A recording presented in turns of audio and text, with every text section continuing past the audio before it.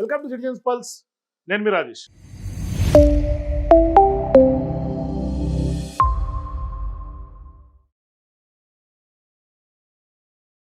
So మొన్నటికి మొన్న municipal ఎన్నికలు ముగిసాయి తెలంగాణలో. సో ఇప్పుడు నెక్స్ట్ అందరి చర్చ, అందరి దృష్టి, రాజకీయ పార్టీల యొక్క దృష్టి కూడా నెక్స్ట్ జరగబోయే జిహెచ్ఎంసీ ఎన్నికలకు సంబంధించి ప్రధానంగా అందరి దృష్టి ఉంది. అయితే జిహెచ్ఎంసీ ఎన్నికలకు సంబంధించి ఒక చర్చ జరుగుతోంది. అట్లాగే జెడ్పీటీసీ, ఎంపీటీసీలకు సంబంధించినటువంటి చర్చ కూడా ఒకటి జరుగుతోంది. అయితే ప్రధానంగా తెలంగాణ పొలిటికల్ సర్కిల్స్లో ఒక చర్చ ఏంటంటే రేవంత్ రెడ్డి జిహెచ్ఎంసీ ఎన్నికల్లో ఏ విధంగా గ్రాఫ్ ఉండే అవకాశం ఉంటుంది, అంటే కాంగ్రెస్ పార్టీ ఈ 2.5 సంవత్సరాల తర్వాత మూడ్ ఆఫ్ ది హైదరాబాద్ ఏ విధంగా ఉండే అవకాశం ఉంటుంది అనే చర్చ జోరుగా సాగుతోంది. మరోవైపు జెడ్పీటీసీ, ఎంపీటీసీ ఎన్నికలకు సంబంధించి కూడా కొంత రేవంత్ రెడ్డి భయపడుతున్నాడు ఎన్నికలు పెట్టేందుకు అనే ఒక చర్చ కూడా బలంగా వినిపిస్తోంది. ఎందుకు అంటే మొన్న మున్సిపల్ ఎన్నికలు జరిగినటువంటి తీరు, వచ్చినటువంటి ఫలితాలు, ఎవరు అవునన్నా కాదన్నా 64 స్థానాలు మాత్రమే కాంగ్రెస్ పార్టీ ఓన్గా గెలిచినటువంటి స్థానాలు, మిగతావన్నీ కూడా కొంత అధికార బలం ఉపయోగించి గెలిచినటువంటి స్థానాలు కానీ మనం మున్సిపాలిటీలు కానీ చెప్పాలి. సరే, కార్పొరేషన్స్ అంటే ఖచ్చితంగా ఎట్లా గెలిచారని చెప్పుకోవాలి. ఒక రకంగా మున్సిపల్ ఎన్నికలన్నీ కూడా అధికార పార్టీకి కొంత వేవ్ ఉంటుంది అనేది కూడా జగమెరిగినటువంటి సత్యం. అంటే అభివృద్ధి ఎజెండాలోనే కొంత ప్రజలు కూడా కొంత మొగ్గు చూపే అవకాశాలు ఉంటాయి. అయితే ఇప్పుడు ప్రధానంగా జిహెచ్ఎంసీ ఎన్నికలు ముంచుకొస్తూ ఉన్నాయి. సో ఇప్పుడు జిహెచ్ఎంసీ ఎన్నికలు వెళ్ళాలి అంటే ఏ విధంగా వెళ్ళాలి, ఏంటి అనేది ఒక చర్చ. అయితే సహజంగా ఏ పార్టీ అయినా, ఏ ప్రభుత్వమైనా ఆ యొక్క ప్రభుత్వం యొక్క పనితీరు ఏ విధంగా ఉంది, ప్రజలు ఏమనుకుంటున్నారు, మరోవైపు ఎన్నికలకు వెళ్తే ఎటువంటి ఫలితాలు ప్రజల నుంచి వచ్చే అవకాశం ఉంటుంది, ప్రతికూలంగా ఉందా, లేదు అంటే కనుక కొంత సుముఖంగా ఉన్నారా ప్రజలు ఎవరి వైపు ఉన్నారు, ఇవన్నీ కూడా కొంత సర్వేలు చేసుకుంటూ ఉంటారు. అది రాజకీయ పార్టీలైనా, ప్రభుత్వంలో పెద్దలైనా, ఏదైనా పథకం కానీ, సంక్షేమ పథకాలు కానీ అమలు చేసిన తర్వాత కూడా ఫీడ్బ్యాక్ ప్రజల నుంచి తీసుకుంటూ ఉంటారు. అయితే ఇటువంటి సందర్భాల్లో ఇప్పుడు ప్రధానంగా జిహెచ్ఎంసీ యొక్క ఎన్నికలకు సంబంధించి అతి పెద్ద చర్చ జరుగుతోంది. అయితే దీనికి సంబంధించి ఇప్పటికే కాంగ్రెస్ పార్టీ, రేవంత్ రెడ్డి కొంత ఇంటర్నల్గా ఒక సర్వే చేసుకున్నట్టుగా కూడా మనకు సమాచారం అందుతోంది. అయితే ఇప్పుడు ఇంటర్నల్ సర్వే ఆధారితంగా నెక్స్ట్ ఎట్లా వాళ్ళు ముందుకు అడుగులు వేయాలి అనే చర్చ కూడా కొంత పార్టీలో జోరుగా చర్చ సాగుతుంది. మరోవైపు ఈ ఇంటర్నల్ సర్వే రిపోర్ట్ మీద అతి పెద్ద చర్చ కాంగ్రెస్ పార్టీలో జరుగుతోంది. ఒకటి, సహజంగా ఇంటర్నల్ సర్వేలు చేయించుకుంటారు, లేదు అంటే ప్రభుత్వంలో ఉంటే కనుక ఇంటెలిజెన్స్ సర్వేస్ కూడా ఖచ్చితంగా చేసుకుంటూ ఉంటారు. సో ఇప్పుడు ఈ 2 సర్వేలు కూడా, అంటే ఇంటెలిజెన్స్ సర్వే రిపోర్ట్ అయితే మన దగ్గర లేదు, కానీ ఇంటర్నల్ సర్వే రిపోర్ట్లో ఇప్పుడు రేవంత్ రెడ్డికి ఎటువంటి ఫలితాలు వచ్చాయి అనేది మనం చూడాల్సినటువంటి అవసరం ఉంది. అంటే ప్రజల మూడ్ ఏ విధంగా ఉంది అని. ఎందుకంటే ఈ యొక్క జిహెచ్ఎంసీ ఎన్నికల ఎజెండా కానీ హైదరాబాద్ని 3 ముక్కలు చేసినటువంటి నేపథ్యం. ఒకటి సైబరాబాద్, అట్లాగే ఎగ్జిస్టింగ్ హైదరాబాద్, నెక్స్ట్ మల్కాజ్గిరి. ఇట్లా ఈ 3 కార్పొరేషన్లకి దాదాపుగా 300 డివిజన్లను ఇప్పుడు రేవంత్ రెడ్డి సర్కార్ చేసినటువంటి నేపథ్యం. సో ఈ క్రమంలో ఇప్పుడు ఈ యొక్క 3 కార్పొరేషన్స్లో పబ్లిక్ తీర్పు ఏ విధంగా ఉండే అవకాశం ఉంది, పబ్లిక్ మూడ్ ఏ విధంగా ఉంది. ఎందుకంటే సహజంగా ఏ ఎన్నికలైనా కొంత అర్బన్ ఓటర్ చాలా కీలకమైనటువంటి ఫ్యాక్టర్ ప్లే చేస్తూ ఉంటారు. మరీ ముఖ్యంగా జిహెచ్ఎంసీలో కాంగ్రెస్ పార్టీ పట్టు చాలా తక్కువ. ఎందుకంటే గత 2020లో జరిగినటువంటి ఎన్నికలు కానీ, 2016లో జరిగినటువంటి ఎన్నికలు కానీ, లేదు అంటే అసెంబ్లీ ఎన్నికలు కానీ, పార్లమెంట్ ఎన్నికలు కానీ, ప్రతి ఎన్నికల్లో కూడా కాంగ్రెస్ పార్టీకి కొంత చేదు అనుభవాలే సిటీలో ఎదురయ్యాయని చెప్పుకోవాలి. అంటే ఇక్కడ జిహెచ్ఎంసీ లిమిట్స్లో బీఆర్ఎస్ పార్టీ చాలా బలంగా ఉంది. ఎమ్మెల్యేలందరూ బీఆర్ఎస్ పార్టీ నాయకులు, అట్లాగే కార్పొరేషన్లో కూడా బీఆర్ఎస్ ప్లస్ బీజేపీ కొంత బలంగా ఉంది. గతంలో బీజేపీ కూడా అత్యధిక స్థానాలు, కొంత ఎక్కువ శాతం బీజేపీ గెలిచినటువంటి స్థానం జిహెచ్ఎంసీలో. అయితే ఇప్పుడు ఈ 3 పార్టీలకు సంబంధించి Congress, BRS, BJP 3 triangle war జరిగే అవకాశం ఉంటుంది జిహెచ్ఎంసీలో. లేదు అంటే కనుక కేవలం Congress versus BRS straight fight ఉండే అవకాశం ఉంటుంది. ఇది ఒకసారి చూద్దాం. అయితే మనం ఈ యొక్క ఇంటర్నల్ సర్వే రిపోర్ట్ డెప్త్గా మాట్లాడుకోబోయే ముందు ఒకసారి 2016లో ఫలితాలు ఎట్లా వచ్చినాయి, 2020లో ఎట్లా వచ్చినాయి ఫలితాలు ఒకసారి చూద్దాం. అయితే మనకు 2020 ఎన్నికల్లో మొత్తం 150 డివిజన్లు ఉన్నాయి. అప్పుడు జిహెచ్ఎంసీలో 150 డివిజన్లు. ఆ రోజు 150 డివిజన్లకు గాను మనకి బీఆర్ఎస్ పార్టీ గెలిచినటువంటి స్థానాలు 56. అట్లాగే ఆ రోజు బీజేపీ పార్టీ ఆ రోజు బీజేపీ గెలిచినటువంటి స్థానాలు 48. అట్లాగే ఎంఐఎం ఇది చాలా మేజర్ కీలకమైనటువంటి రోల్ ప్లే చేస్తూ ఉంటుంది జిహెచ్ఎంసీలో, హైదరాబాద్ లిమిట్స్లో. మరీ ముఖ్యంగా హైదరాబాద్ పార్లమెంట్ డివిజన్ మొత్తం, ఆ యొక్క కాన్స్టిట్యున్సీ మొత్తం ఎంఐఎం చాలా ప్రాబల్యం బలంగా ఉంటుంది. ఆ రోజు 44 స్థానాలు, 44 డివిజన్లలో ఎంఐఎం బలమైనటువంటి జెండా ఎగరేసింది. ఇక నెక్స్ట్ ఆ రోజు కాంగ్రెస్ పార్టీ పరిస్థితి ఏంటి? ఎందుకంటే అధికార పార్టీ ఈ రోజు, ఆనాడు ప్రతిపక్షంలో కనీసం కొంత రానటువంటి, అంటే కొంత టైట్ ఫైట్ కూడా ఇవ్వనటువంటి పరిస్థితి. ఇవాళ కూడా కాంగ్రెస్ పార్టీ వచ్చినటువంటి అధికారం కూడా రూరల్ ఓట్ బ్యాంక్తో వచ్చినటువంటి అధికారమే కాంగ్రెస్ పార్టీకి. సో ఇప్పుడు అర్బన్ ఓట్ బ్యాంకులో మరి ఇక్కడ కనీసమైన, ఇప్పుడు కాంగ్రెస్ పార్టీ అధికారంలోకి వచ్చి 2.5 సంవత్సరాలు అవుతుంది. మరి కనీసం జిహెచ్ఎంసీ ఎజెండాగా ఇప్పటిదాకా ఏమైనా పనిచేశారా? మరి కొంతమందిని గతంలో ఎవరైతే గద్వాల్ విజయలక్ష్మి గారు మేయర్ గారిని, లేదంటే కొంతమంది కార్పొరేటర్లను కూడా కొంత కాంగ్రెస్ పార్టీ ఆనాడు గెలిచినటువంటి తొలినాళ్ళలో ఖండవాలు కప్పి తీసుకున్నారు. మరి ఇవాళ వాళ్ళతోటే ఇవాళ అభ్యర్థులుగా ముందుకెళ్తారా? లేదు ఇప్పుడు ఇంకా కూడా ఇతర పార్టీల నుంచి ఏమైనా తీసుకునే అవకాశాలు ఉన్నాయా? ఎందుకంటే ఇవాళ అభ్యర్థులు లేరు, కాంగ్రెస్ పార్టీకి అభ్యర్థులు కరువయ్యారు తెలంగాణ జిహెచ్ఎంసీకి సంబంధించి. అయితే ఆనాడు కేవలం 2 స్థానాలు గెలిచారు, కేవలం 2 స్థానాలు. ఆ ఒక్కటి కూడా ఉప ఎన్నిక, లింగోజిగూడకు సంబంధించి ఉప ఎన్నికల్లో మన దర్పల్ రాజశేఖర్ గారు గెలిచినటువంటి పరిస్థితి. ఈ యొక్క ఉప ఎన్నికల్లో ఒక సీటు మాత్రమే గెలిచారు, ఇంకో సీటు ఉప ఎన్నిక. ఆయన లింగోజిగూడకు సంబంధించినటువంటి డివిజన్ కార్పొరేటర్ మరణం తర్వాత ఉప ఎన్నికల్లో గెలిచారు. ఇక టీడీపీ అన్నాడు పోటీ చేసింది, కానీ చెప్పుకోదగ్గ స్థానాలు ఏమీ రాలేదు, 0 స్థానాలు. అంతకుముందు 2016లో టీడీపీ ఒక స్థానం గెలిచింది. మరి 2016 ఎన్నికల విషయం తీసుకుంటే కాంగ్రెస్ పార్టీ ఆ రోజు 2 గెలిచింది, అంటే డిఫరెన్స్ ఏమీ లేదు. కానీ 2016 విషయం తీసుకుంటే బీఆర్ఎస్ పార్టీ 99 స్థానాలు గెలిచింది. అంటే ఇక్కడ 99 నుంచి ఒకసారి కనుక ఆ ఎక్స్చేంజ్ ఆఫ్ సీట్స్ 43 సీట్స్ కనిపిస్తాయి. ఈ 43 కూడా ఆనాడు బీజేపీ అత్యధికంగా గెలిచింది. అంటే గతంలో బీజేపీకి 4 స్థానాలు మాత్రమే గెలిచి ఉంటాయి 2016లో, అది కాస్త 44 స్థానాలు ఆ రోజు బీజేపీ మోడీ వేవ్ అనుకోండి, లేదంటే కనుక కొన్ని ప్రత్యేక అంశాల దృష్ట్యా ఆనాడు బీజేపీ జిహెచ్ఎంసీలో బలమైనటువంటి స్థానాలు గెలుచుకోగలిగింది. మరి ఇవాళ బీజేపీ అంత పట్టుందా? ఎందుకంటే గ్రామీణ ప్రాంతాల్లో జరిగినటువంటి ఎన్నికలైనా, మున్సిపల్ ఎన్నికలైనా అది బీజేపీ ఒక్కసారిగా 3rd ప్లేస్కి పడిపోయింది ఇప్పుడు ప్రజెంట్. మరి 3వ స్థానం పడిపోయినటువంటి బీజేపీ ఒక్కసారిగా అధ్యక్షుడి మార్పు తర్వాత, రామచంద్రరావు గారు అధ్యక్షుడు అయిన తర్వాత ఇవాళ బీజేపీ చెప్పుకోదగ్గ వేవ్ క్రియేట్ చేయలేకపోతుంది స్టేట్లో. మరి సహజంగా అర్బన్ ఓట్ బ్యాంకు కొంత బీఆర్ఎస్ బీజేపీకే పట్టుంది. మనం గత ఎన్నికలు తీసుకున్నా, లేదంటే అసెంబ్లీ ఎన్నికలు తీసుకున్నా, పార్లమెంట్ ఎన్నికలు తీసుకున్నా, ఇదంతా కూడా ఈ సెగ్మెంట్ ఏదైతే హైదరాబాద్ సెగ్మెంట్ అంతా కూడా కొంత బలమైనటువంటి పార్టీలుగా బీఆర్ఎస్, బీజేపీ అట్లాగే ఎంఐఎం, ఈ 3 పార్టీలకు సంబంధించే ఉంటుంది.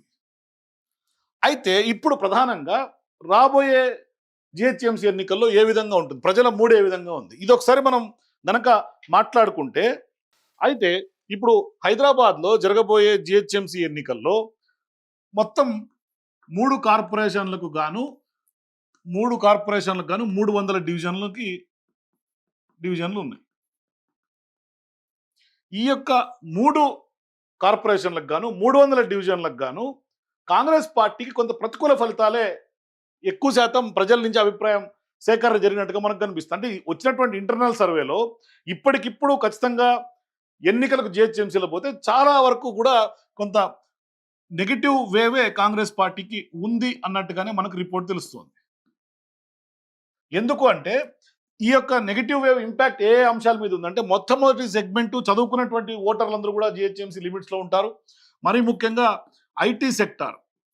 ఐటీ సెక్టార్ నుంచి చాలా ప్రతికూల వాతావరణం ఇవాళ కాంగ్రెస్ పార్టీకి ఎదురవుతుంది. నేను ఓన్లీ ప్రోసు కాన్సు మాట్లాడుతున్నా.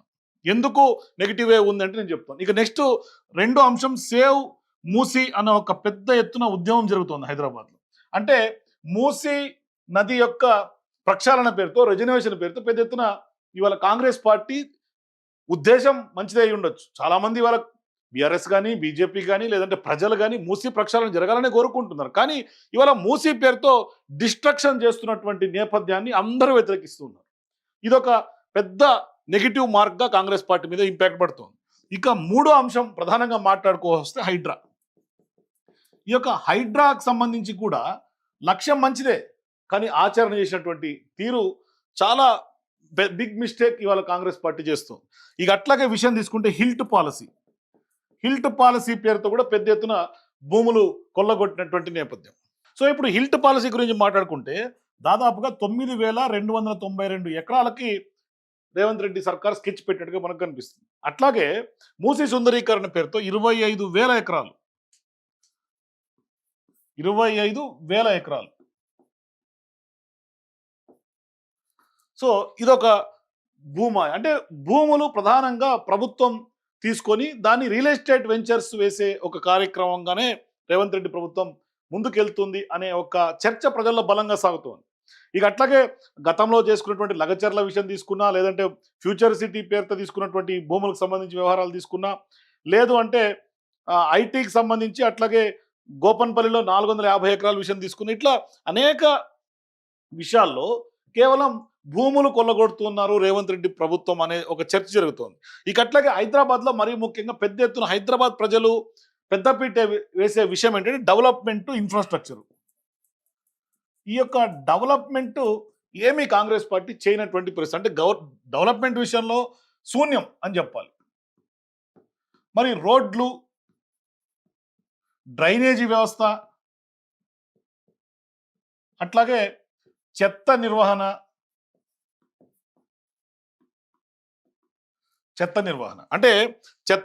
అంటే పొడి తడి చెత్తని మేనేజ్ చేసే పరిస్థితి. దాని మీద కూడా పెద్ద ఎత్తున దుమారం చెలరేగింది. ఆఖరికి హైదరాబాద్లో కలిపినటువంటి తాజాగా ఏర్పడినటువంటి చాలా వరకు మున్సిపాలిటీలో చెత్త సేకరించే పరిస్థితి కూడా లేదు. ఆ యొక్క కాంట్రాక్ట్ రెన్యువల్స్ కూడా ఇవాళ పూర్తి స్థాయిలో చేయనటువంటి ప్రభుత్వం. అట్లాగే ఇక అనేక అంశాలు, వర్షాలు వస్తే పెద్ద ఎత్తున రోడ్లన్నీ చెరువులు తలపిస్తున్నటువంటి పరిస్థితి, సముద్రాలు తలపిస్తున్నటువంటి పరిస్థితి. కనీసం ఇక్కడ 100 ఫీట్ రోడ్లో కూతవేటి దూరంలో ఇవాళ నిత్యం రద్దీగా ఉన్నటువంటి అటువంటి రోడ్లలో కూడా కనీసం గుంతలు పూడ్చినటువంటి పరిస్థితి. మరి జిహెచ్ఎంసీకి కాంగ్రెస్ పార్టీలో ఎట్లా ఆ యొక్క లిమిట్స్లో కాంగ్రెస్ పార్టీ ఓటు అడిగే అవకాశం ఉంటుంది? ఇది బిగ్ క్వశ్చన్గా ఇవాళ మిగులుతోంది. ఇవాళ హైదరాబాద్ ప్రజలందరూ కూడా ఇదే చర్చించుకుంటున్నారు. కనీసం చెత్త నిర్వహణ చేయలేకపోతుంది, రోడ్లు కరెక్ట్గా వేయనటువంటి దుస్థితి, డ్రైనేజీ పూర్తిగా దాని మీద ఒక కట్టుదిట్టమైనటువంటి ఇది లేదు. అట్లాగే ఇవాళ జిహెచ్ఎంసీని మనం ఇంత పెద్ద ఎత్తున మాట్లాడుతున్నటువంటి జిహెచ్ఎంసీని ఒక రకంగా చెప్పాలంటే రేవంత్ రెడ్డి సర్కార్ నిర్వీర్యం చేసిందని చెప్పుకోవాలి. ఎట్లా నిర్వీర్యమైందని కూడా నేను మీకు చెప్తా. అంటే ఒకటి, హైడ్రాని బలోపేతం చేసే దిశగా ఇవాళ జిహెచ్ఎంసీని పూర్తిగా, అంటే కేవలం రోడ్లు నిర్వహణ, రోడ్లు చెత్త తప్ప పూర్తి స్థాయిలో వాటర్ మేనేజ్మెంట్, సూవేజ్ మేనేజ్మెంట్ అంతా కూడా హెచ్ఎండబ్ల్యూఎస్కి ఇచ్చేశారు. హెచ్ఎండబ్ల్యూఎస్ అండ్ ఎస్సీబీకి ఇచ్చేశారు, సూవేజ్ బోర్డుకి కట్టబెట్టేశారు. ఇక మొత్తం హైడ్రాకి సంబంధించి పూర్తి స్థాయిలో అన్ని, అంటే ఒక రకంగా చెప్పి డిజాస్టర్ మేనేజ్మెంట్ కానీ, లేదు అంటే కనుక చెరువులకు సంబంధించినటువంటి వ్యవహారం కానీ, అన్ని మొత్తం హైడ్రాక్ కట్టబెట్టారు. ఇక హెచ్ఎండబ్ల్యూఎస్ఎస్బి వాటర్, సూవేజ్ అని అది తీసుకుంది. ఇక కేవలం రోడ్ల నిర్వహణ, చెత్త మెయింటెనెన్స్ మాత్రమే జిహెచ్ఎంసీ లిమిట్స్లో ఉంది. మరి జిహెచ్ఎంసీని ఒక రకంగా పూర్తిగా నిర్వీర్యం చేసిన తరుణంలో ఇప్పుడు ఇంటర్నల్ సర్వే రేవంత్ రెడ్డి సర్కార్ చేసుకుంది. సో ఇంటర్నల్ సర్వేలు ఏమొచ్చినాయి? దాదాపుగా 300 డివిజన్లు ఉన్నటువంటి 3 కార్పొరేషన్స్లో,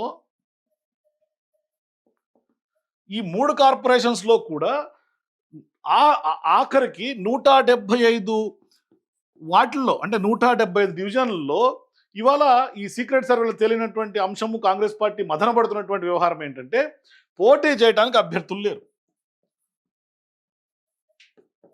పోటీ చేయడానికి కూడా అభ్యర్థులు ముందుకు రానటువంటి పరిస్థితి. ఎవరు లేరు కాంగ్రెస్ పార్టీకి, ఎందుకంటే అంత స్ట్రెంగ్త్ లేదు హైదరాబాద్ లిమిట్స్లో. ముందు నుంచి అది తెలిసినటువంటి వాస్తవం. కానీ జిహెచ్ఎంసీ లిమిట్స్లో ఉన్నటువంటి జూబ్లీ హిల్స్ ఉప ఎన్నిక తర్వాత కొంత కాన్ఫిడెన్స్ బిల్డప్ అయింది. అంటే జూబ్లీ హిల్స్ గెలుపు రేవంత్ రెడ్డిలో కానీ, కాంగ్రెస్ పార్టీ నాయకత్వంలో కానీ, మేము ఖచ్చితంగా జిహెచ్ఎంసీలో మెజార్టీ స్థానాలు కొట్టగలము, మేయర్ పీఠాన్ని మేము కొట్టగలము అనే ఒక కాన్ఫిడెన్స్ అయితే బిల్డప్ అయింది. కానీ ఆ రోజు గెలిచినటువంటి పరిస్థితులు వేరు. ఆ రోజు గోపీనాథ్ గారి మరణం తర్వాత ఆ కుటుంబంలో జరిగినటువంటి అనేక అంశాలు తెర మీదకి వచ్చినాయి. అట్లాగే ఆ రోజు ఎవరైతే ఇప్పుడు ఎమ్మెల్యే గెలిచినటువంటి నవీన్కు ఎంఐఎం మద్దతు చాలా కీలకంగా పనిచేసింది. ముస్లిం మైనార్టీలు అత్యధికంగా 1,00,000కు పైగా ఓటర్లు ముస్లిం మైనార్టీ సోదరులు ఉన్నారు. వాళ్ళందరూ కూడా కాంగ్రెస్ పార్టీకి పట్టం కట్టారు. ఇట్లా ఈ ఈక్వేషన్స్తోనే జూబ్లీ హిల్స్ నడిచింది. కానీ జిహెచ్ఎంసీ ఎన్నికలకి జూబ్లీ హిల్స్కి చాలా డిఫరెన్స్ ఉంటుంది. చదువుకున్నటువంటి ఓటర్లు ఉంటారు. మరోవైపు ఇప్పుడు ఎప్పుడైతే అభ్యర్థులు పోటీ చేయడానికి లేరో ఇతర పార్టీల నుంచి గాలం వేసుకోవాలనే ఒక కార్యాచరణకు కూడా కాంగ్రెస్ పార్టీ ఇంటర్నల్గా కొంత రివ్యూస్లో వాళ్ళు మాట్లాడుకుంటున్నట్టుగా మనకు అందుతున్నటువంటి సమాచారం. అంటే ఇప్పుడు ఇతర పార్టీల నుంచి కండువాలు కప్పి తీసుకొని వేవ్ క్రియేట్ చేసి వాళ్ళని పోటీలో నిలుపుకోవాలి అని. అంటే ఇక్కడ మనకు ప్రధానంగా వేవ్ ఏం కనిపిస్తోంది? ఈ మూడు కార్పొరేషన్స్లో ఒకటి హైదరాబాద్, 2 సైబరాబాద్, అట్లాగే మల్కాజ్గిరి. ఈ 3 డివిజన్స్లో 3 కార్పొరేషన్స్లో 300 సీట్లకు గాను హైదరాబాద్లో ఎవరు అవునన్నా కాదన్నా ప్రజలు అట్లాగే ఇప్పుడున్నటువంటి రిపోర్ట్ ప్రకారం ఎంఐఎం కొంత బలంగా ఉన్నట్టుగా కనిపిస్తోంది. అట్లాగే సైబరాబాద్ కానీ మల్కాజ్గిరి కానీ బీఆర్ఎస్ పార్టీ బలంగా ఉన్నట్టుగా మనకు సమాచారం అందుతోంది. అట్లాగే ఆ యొక్క సర్వే రిపోర్ట్లో కూడా బీఆర్ఎస్ పార్టీ బలంగా ఉంది. ఇక అనూహ్యంగా అనుకోకుండా ఆల్మోస్ట్ ఈ యొక్క 300 డివిజన్లలో కూడా 200 డివిజన్లలో 200 డివిజన్స్లో కాంగ్రెస్ పార్టీ 3rd ప్లేస్ ఉంది. ఇది నిజంగానే ఒక షాకింగ్ రిజల్ట్స్గా కాంగ్రెస్ పార్టీకి, రేవంత్ రెడ్డి గారికి చెప్పుకోవచ్చు. అంటే మొత్తం 300 డివిజన్స్లో 200 డివిజన్స్లో 3rd ప్లేస్ కాంగ్రెస్ పార్టీ పడిపోయింది. అంటే ఇవాళ 2020 ఎన్నికల్లో ఏదైతే కాంగ్రెస్ పార్టీ కనీసం మినిమం అంటే మినిమం 2 సీట్లు గెలిచిందో అదే పర్ఫార్మెన్స్ ఇవాళ కనీసం పోటీ ఇచ్చే పరిస్థితి కూడా లేకుండా 200 స్థానాల్లో 3rd ప్లేస్కి 2026 ఎన్నికల్లో కూడా ఉంది అంటే మనం అర్థం చేసుకోవచ్చు. కానీ ఇప్పటికిప్పుడు ఎన్నికలు పోవాలంటే కూడా రేవంత్ రెడ్డి గారు చాలా వరకు ఆచితూచి అడుగులు వేసే అవకాశం ఉంటుంది. అందుకనే ఇవాళ ఈ యొక్క 3 కార్పొరేషన్లను డివైడ్ చేసింది కూడా జిహెచ్ఎంసీ మేయర్ పీఠం కొట్టడానికి కాంగ్రెస్ పార్టీ. లేదు అంటే 3 కార్పొరేషన్లుగా జిహెచ్ఎంసీని చేయాల్సినటువంటి అవసరం లేదు. వీళ్ళ ఉద్దేశం కూడా ఔటర్ రింగ్ రోడ్డుకు సంబంధించి ఈ యొక్క చుట్టూతా ఉన్న మున్సిపాలిటీస్ అన్ని కూడా కలుపుకుంటే ఇట్లా 3గా డివైడ్ చేస్తే సిటీని కొంత ఈ యొక్క బౌండరీస్లో ఉన్నటువంటి municipality voters, rural vote bank కూడా దీని మీద ఈ కోర్ అర్బన్ మీద ఇంపాక్ట్ పడుతుంది. కాబట్టి ఈ కోర్ అర్బన్ కొంత కలిసి వస్తుంది కాంగ్రెస్ పార్టీకి అనేది ప్రధానంగా కాంగ్రెస్ పార్టీ చేసినటువంటి ఒక రాజకీయ ఎత్తుగడ. కానీ ఇక్కడ సీన్ కట్ చేస్తే ఈ యొక్క రూరల్ ఓట్ బ్యాంక్ అంటే మొన్న జరిగినటువంటి మున్సిపాలిటీస్ ఈ హైదరాబాద్ ఓఆర్ఆర్ చుట్టూతా ఉన్నటువంటి మున్సిపాలిటీస్లో కూడా కొంత ప్రతికూలమైనటువంటి ఫలితాలు. అది ఇబ్రహీంపట్నం కానీ అటు ఎల్బీ నగర్ వైపు తీసుకున్నా, ఇటు రంగారెడ్డి జిల్లాకు సంబంధించి ఇటువైపు తీసుకున్నా, ఇట్లా చాలా వరకు కూడా ఇటు ఉప్పల్ వైపు తీసుకున్నా నెగిటివ్ ఫలితాలు వచ్చినాయి. దీంతో ఇప్పుడు కొంత కాంగ్రెస్ పార్టీ మదన పడుతుంది. ఎన్నికలకు వెళ్ళాలంటే ఏం చేయాలి? ఎందుకంటే ఇంటర్నల్ రిపోర్ట్స్ అన్ని కూడా నెగిటివ్ రిపోర్ట్స్ వస్తున్నాయి. ఇంటర్నల్ సర్వేస్లో నెగిటివ్గా కొంత ప్రొజెక్షన్ కనిపిస్తూ ఉంది. అంటే ప్రజలకు ఇచ్చినటువంటి మాటలు అంటే ఒకప్పుడు ఇదే ఎల్బీ నగర్ వనస్థలిపురం దగ్గర పెట్టి పెద్ద ఎత్తున యువతకు ఇచ్చినటువంటి మెసేజ్ యూత్ డిక్లరేషన్, దానికి దిక్కు లేదు.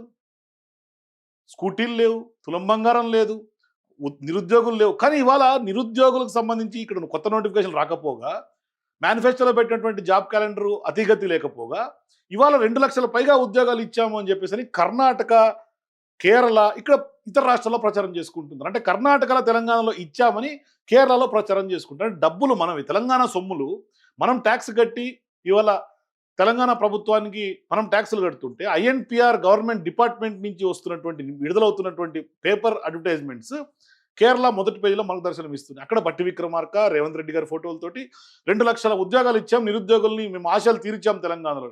మరి ఇదే నిరుద్యోగుల ఆశలు కనుక నిరుద్యోగుల నోటిఫికేషన్లు ఇచ్చి మీరు తీర్చుంటే మరి రాహుల్ గాంధీ గారు వికారాబాద్కు మొన్న వచ్చినటువంటి సందర్భంగా నిర్బంధం చేయాల్సినటువంటి అవసరం, ఆవశ్యకత ఎందుకు వచ్చింది అనేది తెలంగాణ ప్రజానికం ఇవాళ క్వశ్చన్ చేసుకుంటున్నటువంటి పరిస్థితి.